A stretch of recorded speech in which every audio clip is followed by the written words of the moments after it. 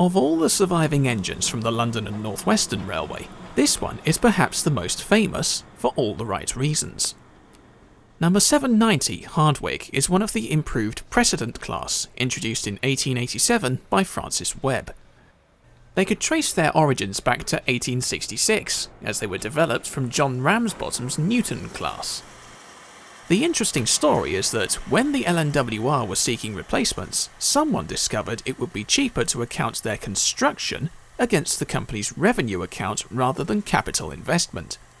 In other words, all 158 improved precedents were renewals of all members from both the Newton and Precedent classes.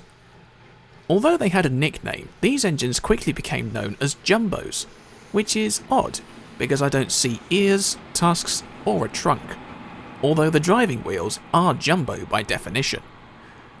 These engines were pressed into service on top-link duties out of Euston, and it turns out they were more reliable than the Webb compounds that were built to replace them. The jumbos have two claims to fame. One of them, number 955 Charles Dickens, clocked up 1 million miles in less than 10 years, and 2 million in just over 20 years. And then this one, Hardwicke, made headlines in the races to the north of 1895. On August the 22nd that year, this engine managed the 141-mile stretch from Crewe to Carlisle with a 70-ton train at an average speed of 67.2 miles an hour, topping speeds of more than 90. It's a record which may not sound hair-raising as the load was very light, but it went unbeaten for nearly 40 years.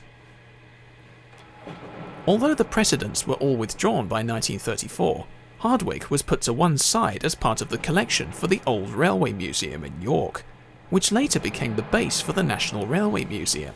And although she hasn't worked since the 1980s, the engine's place in history was set in stone early on.